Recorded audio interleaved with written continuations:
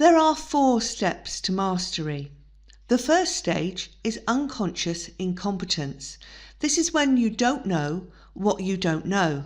You are unconsciously incompetent because you do not have any idea that you cannot do something. The second stage is conscious incompetence. This is where you become aware of what you don't know, so you become conscious of your incompetence. Next, we have conscious competence. This is where you are competent, but you have to think about making this work correctly. You know you can do something and you do it consciously. Finally, we have unconscious competence. This is essentially mastery, being on autopilot. You're not conscious, but you're doing the proper things. It is integrated into who you are, and you've become unconsciously competent to the point where you don't have to think. It just happens. These 4 stages are present within all domains of learning, whether that means learning how to play basketball or how to run a business. To get to mastery, we need to use specific skills. Mastery takes patience. Anybody who shares the idea of this process being quick or easy is just ignorant of the reality of learning something. If you're beginning the process of learning to play basketball, for example, expect it to take 3 times as long as you think just to get to an intermediary level. Mastery takes practice and practice and practice. Without repeated practice, we cannot gain mastery. So, what does this all mean?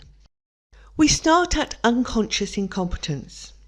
So the first step is to become conscious of our strengths and weaknesses. This is the hardest state to get out of by far because of the very fact that we are unconscious about the things we don't know or need to improve. It takes a massive amount of effort and consciousness to move past this first stage.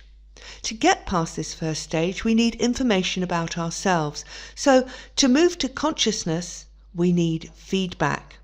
And then we start to know what we didn't know. Once we're at conscious incompetence, we become aware of what we don't know. This is the stage where we know what we'd like to work on, but we can't quite get to a place of understanding as to the how of doing so. The how is actually all around us with the advent of the internet and resources such as books. The major problem here is the motivation necessary to go out and seek those things, while also implementing what one has learned.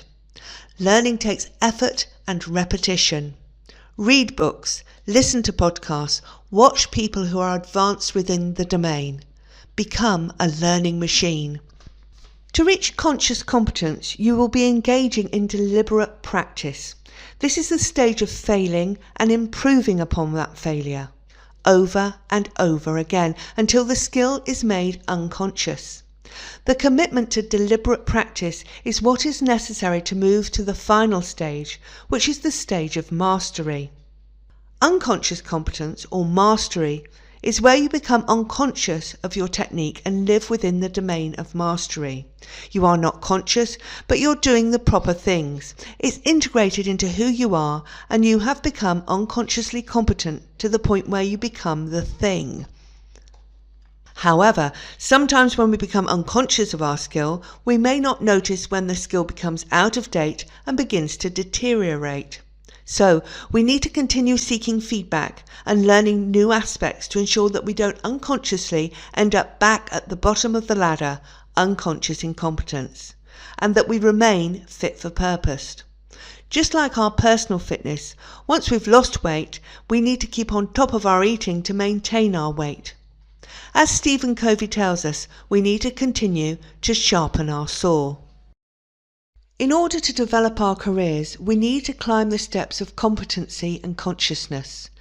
We need to understand what we're good at and use this, and avoid situations that expose our weaknesses and mitigate them. Steps to mastery will enable us to do this.